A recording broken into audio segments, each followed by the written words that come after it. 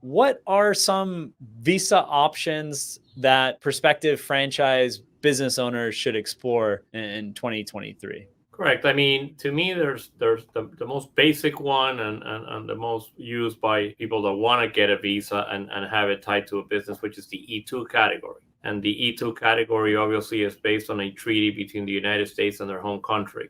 And there's a lot of different countries that have treaties, especially in Latin America. You got, Mexico, and you have a couple other countries that have it. But in Europe, you have a lot of other countries. So, like Italy and Spain and France and the UK. So based on that treaty, someone could try to obtain a visa if they're running a business in the E2 category. And a lot of times the advice is a franchise because it's a running business. It has a business plan. It has already this scheme of how many employees, what products or services, etc. Another category that is useful and advice is in the EB5 context, there's the EB5 direct investment, whereby someone also can run a business. There, the requirement is that they have 10 full-time employees. But the advantage of the EB5 is that could lead to a green card. The advantage with the E is that it's renewable forever as long as the business is active, but it doesn't lead to a green card directly. You could have it for the rest of your life, but you're not going to have a green card and you don't have citizenship. But both of those type of visas obviously can take advantage of a franchise specifically because both require to run some sort of business that has employees, that sells products or services, and the visa is somewhat tied to the success of that business. Another category that we have seen and we have advised clients a lot more often now, specifically since the last administration, is in the L context.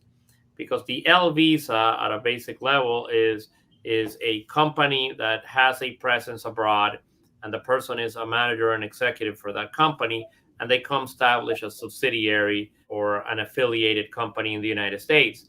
A lot of times, for example, let's say you were running a construction company or whatever type of company in the home country, pick any country. Then you wanted to start it in the United States. If you don't have the structure, the hierarchy of the employees, the immigration service only gives you a year to have that L visa, and then a year later you have to show that it's grown sufficiently.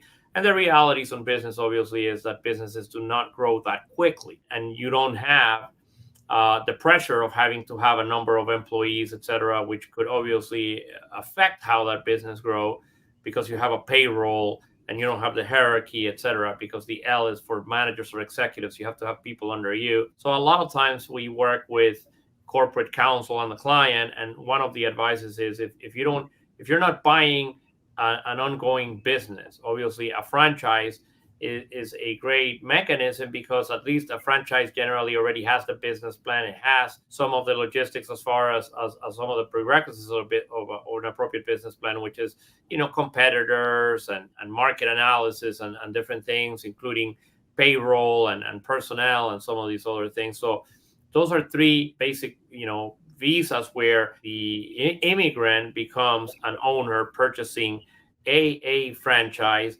or operating a business where obviously they still have to create an LLC or some sort of legal entity, and they could create it in any state. Now, one of the advantages with the L is that you don't have to have a treaty country. You could be from any country in the world in order to do an L, but you do have to have that relationship between a foreign company in the country and a U.S. company, and they both have to be active. The E, you don't need to do that. You just need to have the source of funds, show that your source of funds is legitimate, is clean to some extent, but you don't have to have a business outside that you don't operate. The other thing I want to say is obviously about diversification is that it allows you some flexibilities if there's issues related to the business later on.